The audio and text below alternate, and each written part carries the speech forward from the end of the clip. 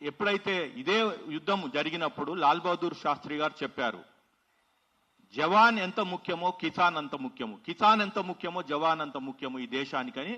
అక్కడి నుంచి వచ్చిన ఈ కొటేషన్ జై జవాన్ జై కిసాన్.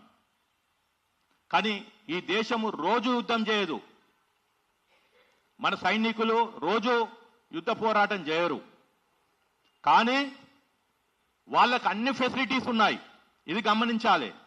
మనము ఎంత చదువుకున్నా అందులో జవాన్లు కూడా రైతు బిడ్డలే. కాబట్టి ఇప్పుడు ఈ దేశములో ఒక చర్చ జరగాలి.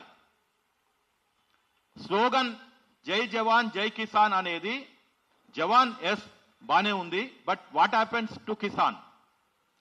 ఇక్కడ రాహుల్ గాంధీ గారికి ధన్యవాదాలు చెప్తున్నాను. వారు ఏదైతే కులగణన చేయమన్నారో తెలంగాణ గవర్నమెంట్ సక్సెస్ఫుల్గా కంప్లీట్ చేసింది.